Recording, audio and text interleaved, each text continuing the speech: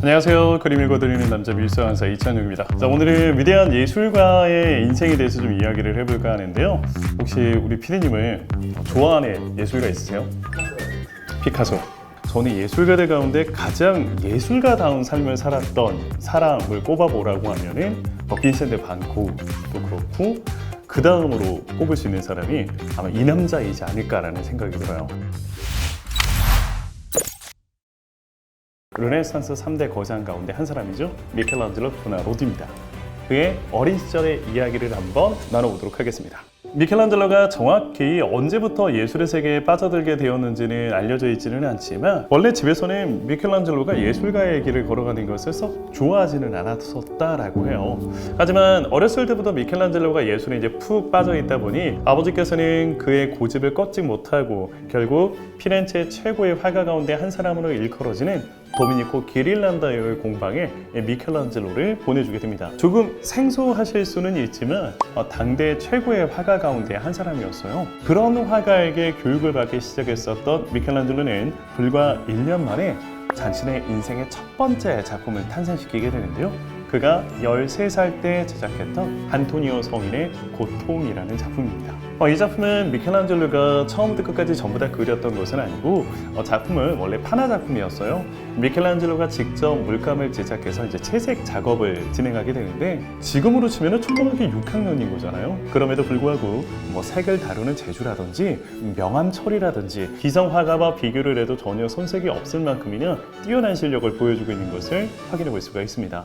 그때 당시 이 작품을 보고 깜짝 놀랐던 인물이 있었어요. 그리고 그는 이 작품을 통해 미켈란젤로를 본격적으로 후원하게 놓으라고 결심까지 하게 되는데 로렌조 데 메디치라는 인물이에요. 단순하게 후원만 했었던 것이 아니라 양자로 삼았었다라고 해요. 미켈란젤로의 아버지를 자신의 궁정에 불러들여 양육권 자체를 가지고 와버립니다. 근데 여기서 우리가 주목해야 할 점은 당시 로렌조 데 메디치가 아들이 없었던 게 아니었어요. 로렌조 데 메디치가 아들이 넷이나 있었거든요. 그런데 이런 상황 속에서 미켈란젤로를 자기 아들로 또 양자로 들였다라는 것은 무슨 대를 잇게 한다거나 가업을 잇게 한 다른 목적이 있었던 게 아니다라는 거죠. 정말 미켈란젤로를 예술가로서 사랑했기에 그가 위대한 거장으로 성장해 나가는 그 장면을 옆에서 지켜보고 싶었던 게 아닌가라는 생각이 들어요.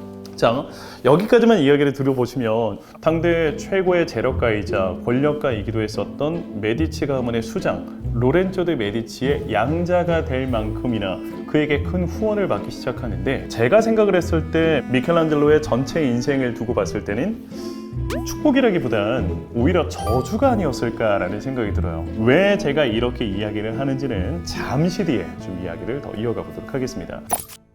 이후 미켈란젤로는 로렌조 데 메디치의 양자가 되어 그가 베풀어주는 최고의 교육을 받으면서 위대한 거장으로 성장해 나가기 시작합니다. 자, 그런데 우리 여기서 상상을 한번 해보자고요.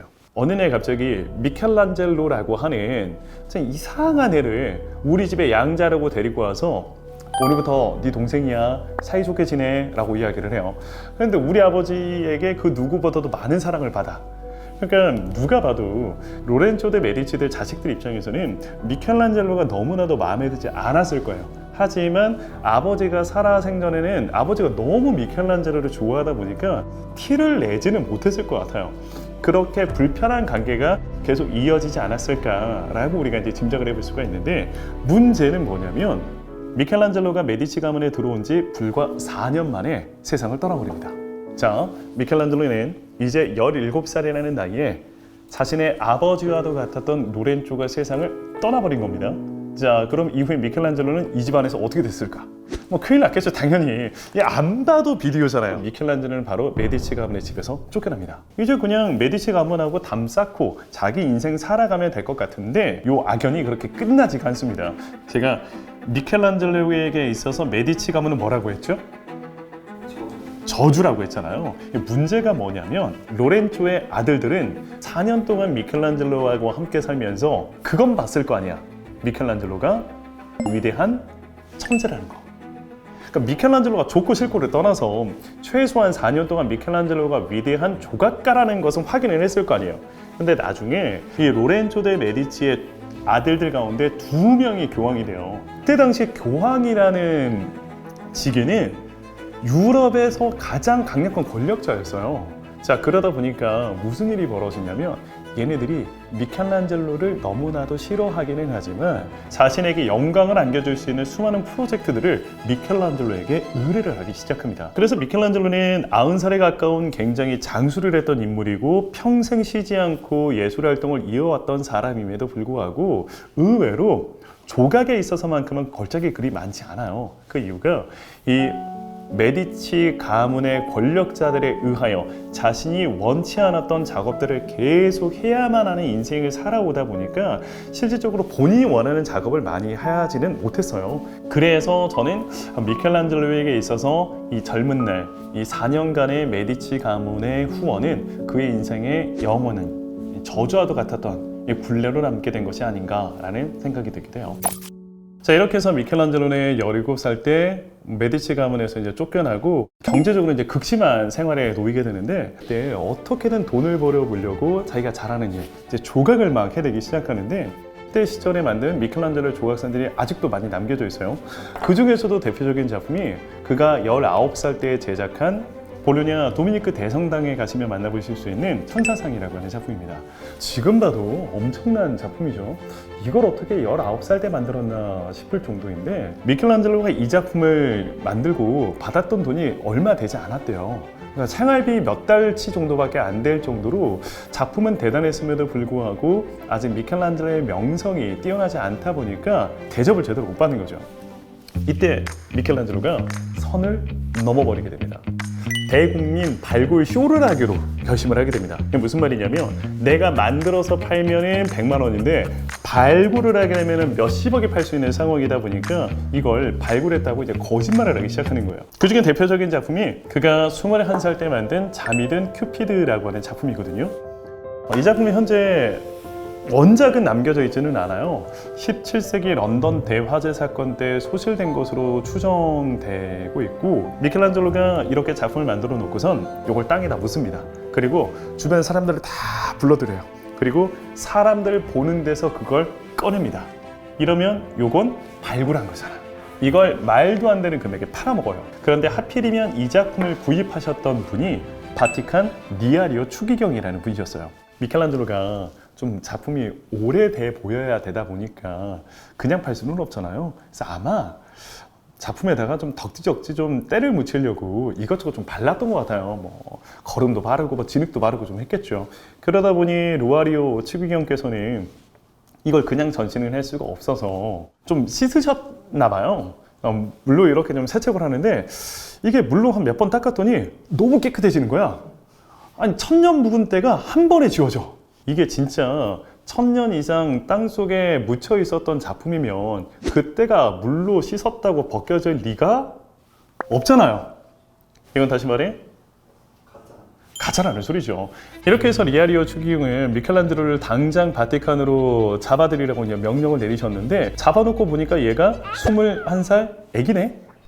본인 나름대로 수많은 컬렉션을 가지고 있을 만큼이나 작품 보는 안목이 있던 사람이었는데, 그런 자기를 속일 정도로 작품도 뛰어났고, 그렇게 뛰어난 작품을 만든 게 21살짜리 어린애라는 사실을 확인하고선 이때 리아리오 추기경은 미켈란젤로의 천재성을 알아보신 것 같아요. 죽이기는 너무 아깝잖아.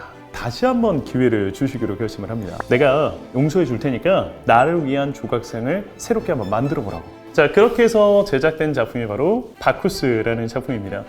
바쿠스는 그리스 신화에서는 디오니소스라고 불리는 술의 신으로 알려져 있는 분이죠. 지금 보면 굉장히 대단하고 잘 만들어진 작품처럼 보이지만 리아리오 추기경께서는 작품을 그렇게 썩 마음에 들어 하지는 않았다라고 하는데요. 이에 대해서는 두 가지의 설이 전해지고 있는데, 첫 번째는 작품 자체가 신이 아닌 인간처럼 보인다. 자신의 컬렉션과는 좀 어울리지 않아 리아리오 추기경께서 수령하지 않았다라고 전해지기도 하고요.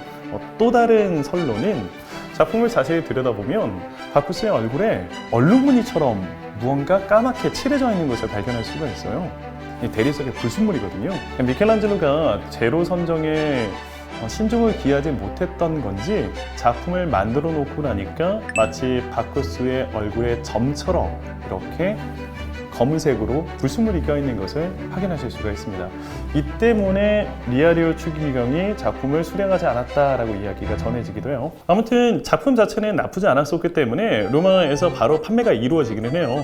그리고 이 과정을 통해서 미켈란젤로는 로마에서의 엄청난 명성을 쌓게 되죠. 아니 그렇잖아요. 지금 미켈란젤로가 21살 때 리아리오 추기경한테 사기치고 이 바쿠스까지 제작하는 게 불과 1년 만에 벌어졌던 일이거든요. 이게 일종의 노이즈 마케팅이 좀 됐던 것 같아요. 로마 시내에는 미켈란젤로라고 하는 위대한 천재 조각가가 지금 활동하고 있어라고 소문이 쫙 퍼지게 됩니다.